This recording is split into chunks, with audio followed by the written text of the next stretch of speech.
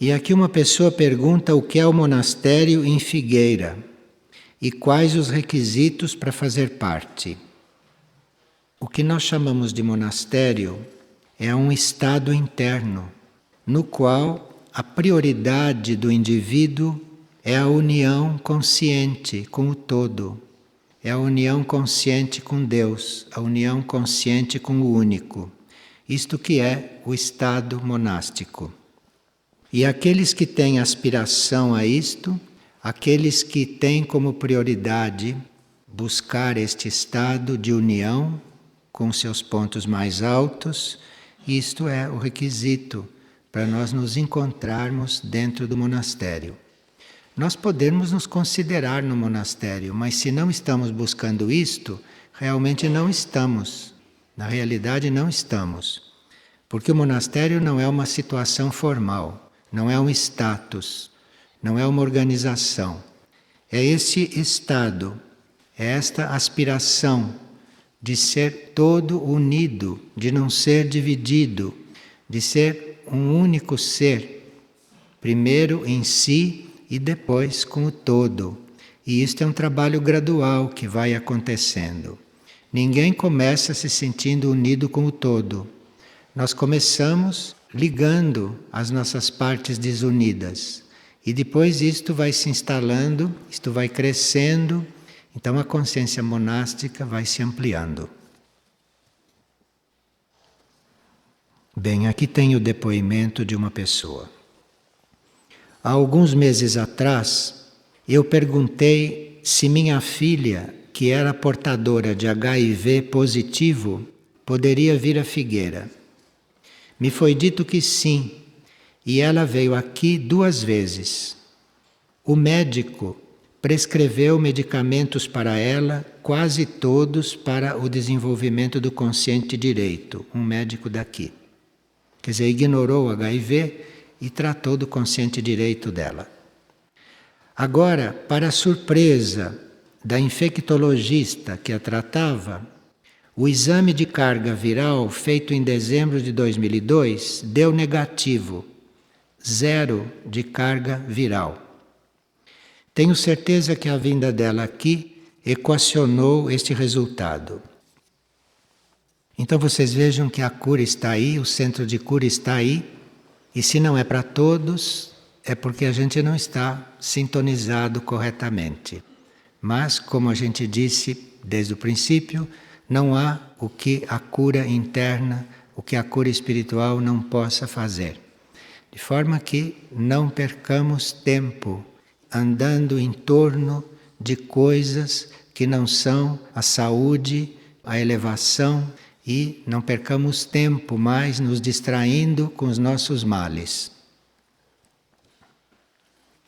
A propósito de centro espiritual, que tem uma certa característica, que tem uma certa energia, aqui tem 2 situações. Um ser que tinha vidência desenvolvida no Espiritismo deixou de tê-la depois que ingressou na energia de Figueira. Existem vários tipos de visão, não é? Existem visões internas e existe também visões superficiais, visão do corpo etérico, visão do corpo astral ou visão do corpo mental, que valem pouco, não vale muito mais do que esta visão física que a gente tem aqui fora. E a visão desenvolvida no Espiritismo, em geral, é a visão astral ou a visão etérica. Quando nós temos uma visão astral, ou temos uma visão etérica, ou temos uma visão até mental, mas se não estamos coligados com o nosso ser interior, nós não sabemos o que aquilo significa. Embora pensamos que sabemos, não sabemos. Porque é o eu interno, é o eu interior, que nos dá a chave para a compreensão de tudo isto. Mesmo aqui, na vida externa, nós olhamos uma coisa, observamos outra, estamos em contato com outra e vamos formando o nosso juízo. Mas isto tudo pode ser falso e irreal. Se o eu interno não nos dá a chave para nós compreendermos o que estamos vendo, nós entramos nos maiores enganos.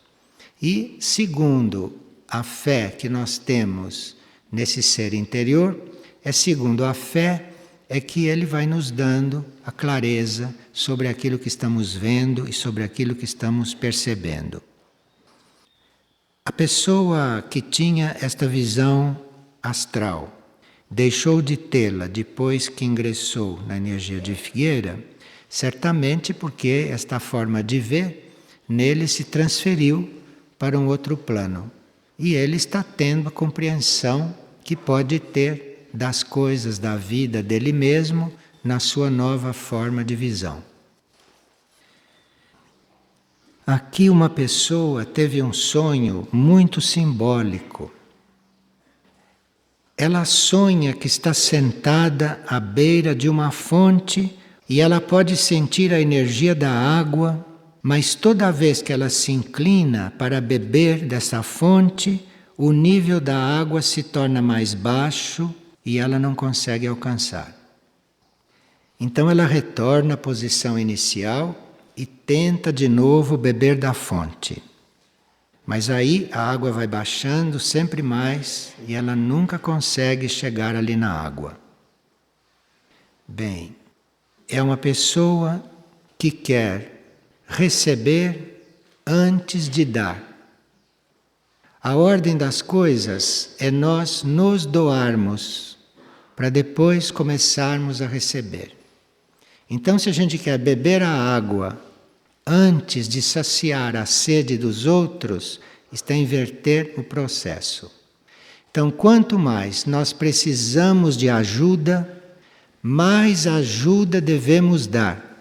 E não ficarmos buscando ajuda para nós em primeiro lugar. Então, qualquer tipo de ajuda que se precise, espiritualmente, nós nos pomos a dar. Dar esquecidos de que estamos precisando. E é aí que o equilíbrio se faz. E aqui é um caso que também não é bom porque é o outro extremo. Sonhei que amamentava uma criança e ela se engasgava de tanto leite que eu dava. Aqui é o outro extremo. Nós não teríamos que exagerar na nossa doação, porque doação também engasga. Doação também dá indigestão. Tudo tem que ser medido, não é? Tudo tem que ser equilibrado. E na mesma noite, diz a mesma pessoa, sonhei que tomava um líquido e, na verdade, estava engolindo cacos de vidro. Então, o líquido é real. O líquido é aquilo que nós recebemos para o nosso alimento, para a nossa sustentação. Mas quando a mente se põe aí a julgar, a pensar, quando a mente interfere naquilo que recebemos do alto, então aquilo que era alimento, aquilo que era o líquido, aquilo que era o conteúdo espiritual, se torna caco de vidro. Quer dizer, uma coisa inadequada para você tomar e digerir. O vidro é um pouco símbolo da mente. O vidro simboliza a mente. Então, é preciso que a mente não interfira com as suas ideias, com as suas forças, naquilo que nós estamos recebendo, naquilo que nos está sendo dado como alimento espiritual. O nível espiritual é um e o nível mental é outro.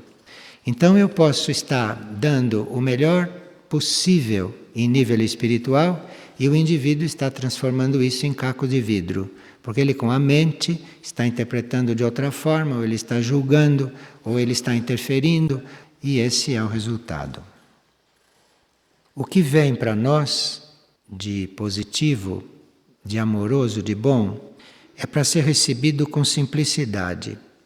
Se a mente começa a interferir aí, muda o efeito quando aquilo chega até nós.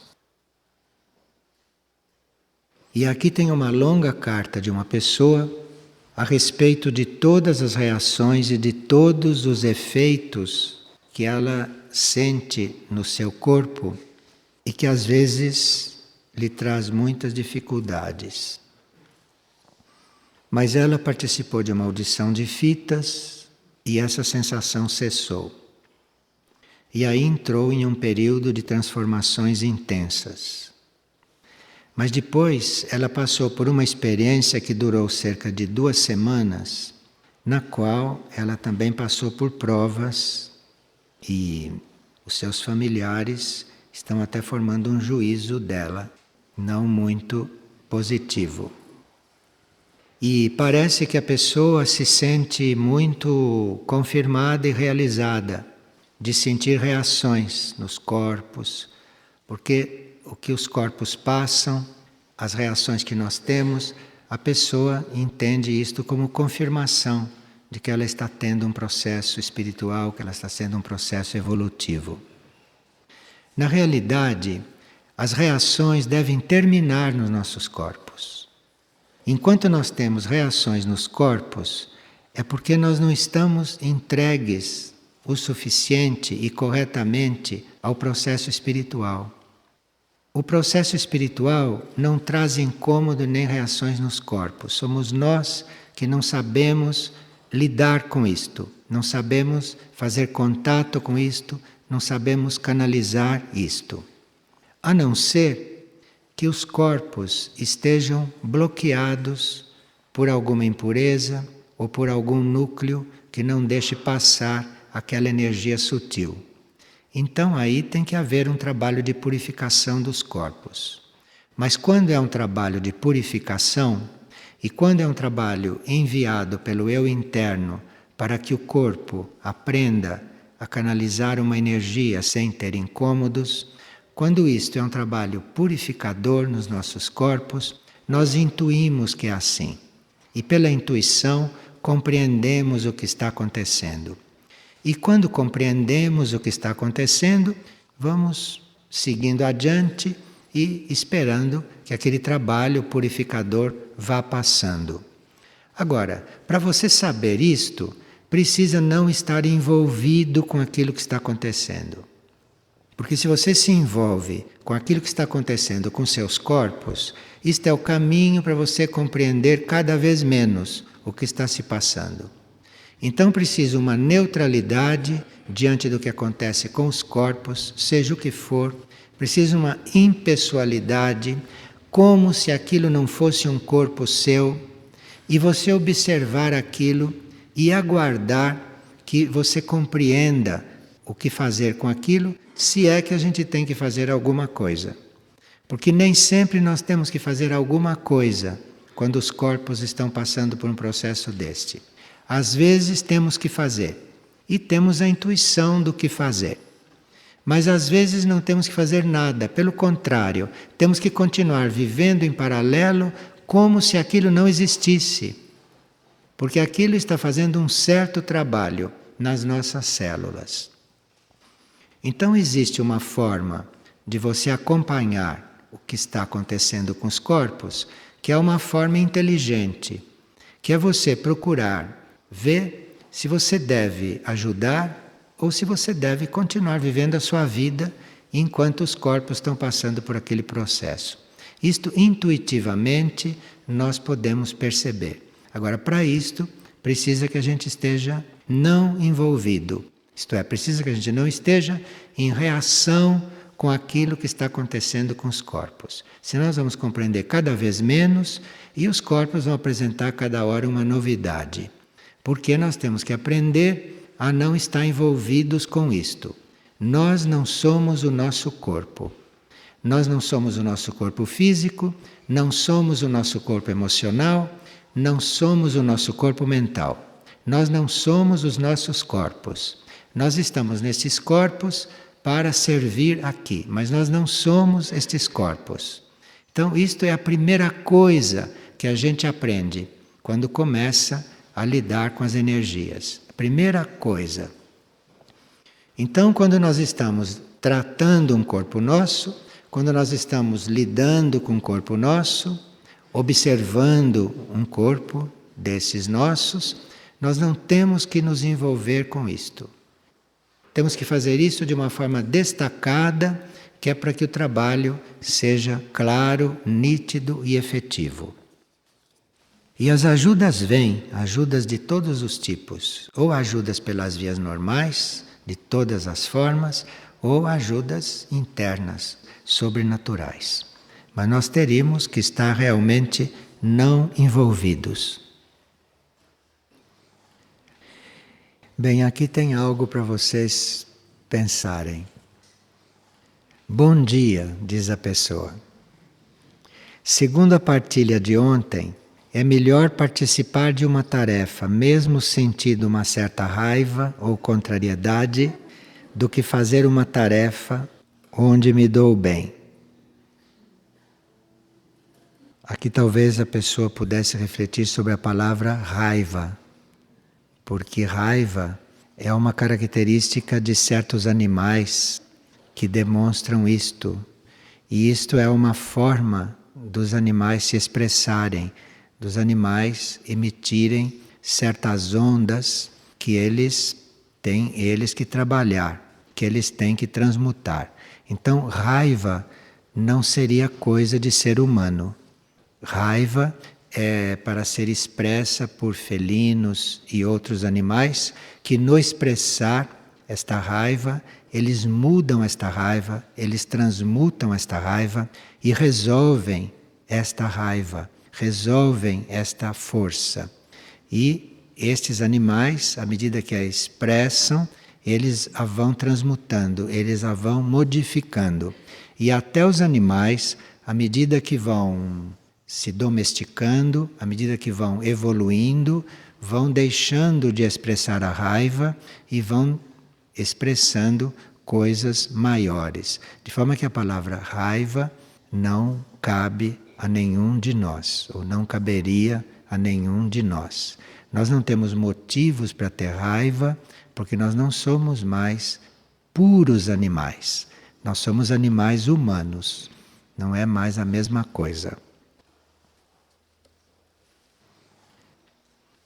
E uma pessoa está se lamentando que numa cidade de 500 mil habitantes onde ela mora, havia muita paz, havia muita ordem, e hoje a marginalidade está incontrolável, e ela pergunta se havia necessidade de estarmos com este problema numa cidade tão pequena. Então, esta pessoa está constatando que é o caos que está se instalando no planeta, este caos externo. E isto não é novidade para nós, e vamos assistir o aumento desta situação. E nós vamos aprendendo nestas situações que a segurança, a paz, o sossego, a defesa, tudo isso não se encontra fora de nós. Então, em qualquer lugar que a gente esteja, seja nesta cidade, seja numa maior, onde quer que se esteja, a gente não deve contar com a segurança externa, mas a nossa confiança, a nossa fé, a nossa segurança deve ser buscada dentro, porque os mundos internos, ou os nossos corpos internos, têm muitos recursos para nos retirar de um perigo. Então, é dentro de nós que nós temos que ter isto. Nós conhecemos casos de pessoas que estavam diante de bandidos, de assaltantes, e que os assaltantes não as viam. E elas estavam diante deles. E eles não as enxergavam. Então, a segurança vem de dentro, não vem de fora.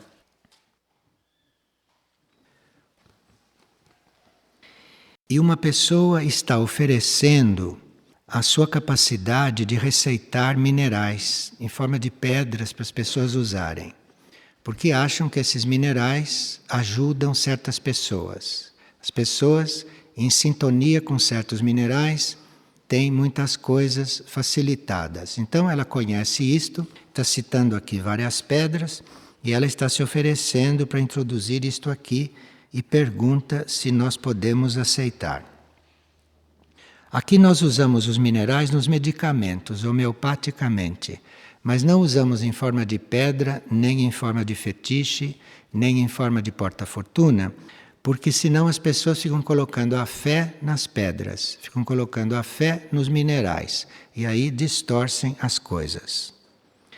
Para nós receitarmos uma pedra para uma pessoa usar, nós temos que ter a visão interna.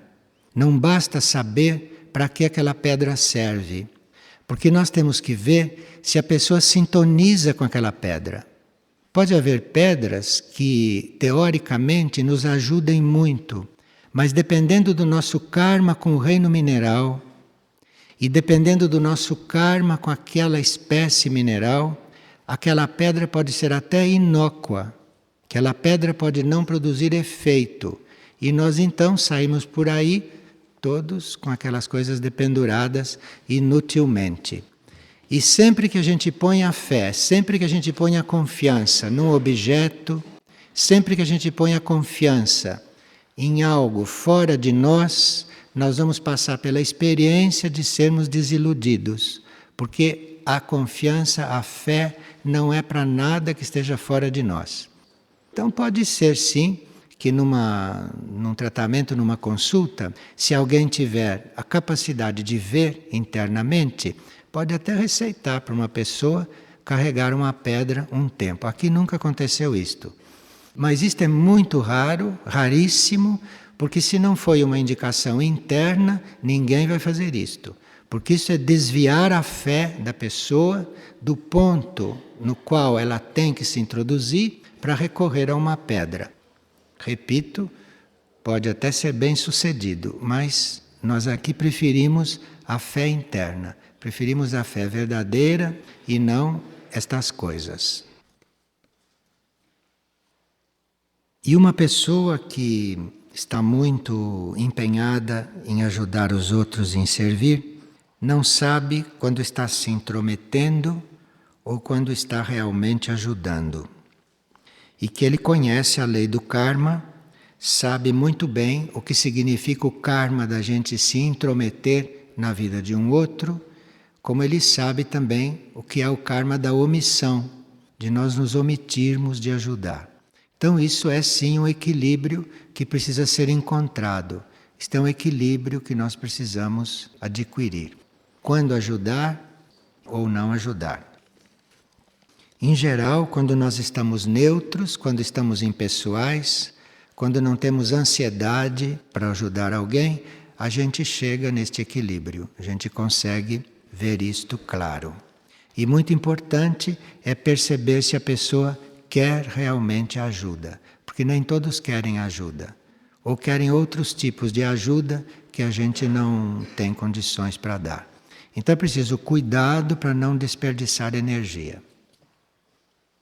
E aqui uma pessoa tem um filho e diz que antes dos 12 anos, este filho falava em coisas espirituais e ela percebeu, quando ele tinha 12 anos, que ele trazia com ele uma bagagem espiritual, que ele já era informado destas coisas numa outra vida, diz a mãe. E quando ele tinha 12 anos, ele orava e parecia ter muita fé. Mas hoje, com 20 anos, ele nega tudo isto, trabalha em um banco de investimentos durante o dia todo, estuda à noite no colégio, ficou materialista, só fala gritando e entrou em desequilíbrio. Bem, uma das coisas que nós teríamos que ter presente hoje é que existem energias de grande potência que vêm do Sol e que nós conhecemos como raios Ono. É bom a gente ter isto presente e quem quiser ir ao glossário esotérico procurar raios Ono, porque isto é muito vital e muito real hoje em dia. Esses raios Ono são energias de grande potência e que têm uma ação direta sobre o homem. E o Sol, como regedor desse sistema solar, está usando esses raios mais do que nunca sobre a humanidade, sobre os seres humanos. E esses raios, eles têm a qualidade de acelerar o despertar da consciência no homem da superfície para a nova vida, para um novo homem. Então, um dos instrumentos, não, que estão sendo usados para nós despertarmos para esta nova humanidade, um dos instrumentos vem do Sol, além de outros, né, que nós já sabemos, mas esses raios Ono do Sol estão nos ajudando muito nesse despertar. Porque esses raios influenciam certos processos mentais nossos. Esses raios entram na nossa mente, são raios sutilíssimos, invisíveis, portanto, entram no nosso corpo mental e facilitam muitos processos energéticos que conduzem a nossa mente, o nosso ser, a uma maior sutilização.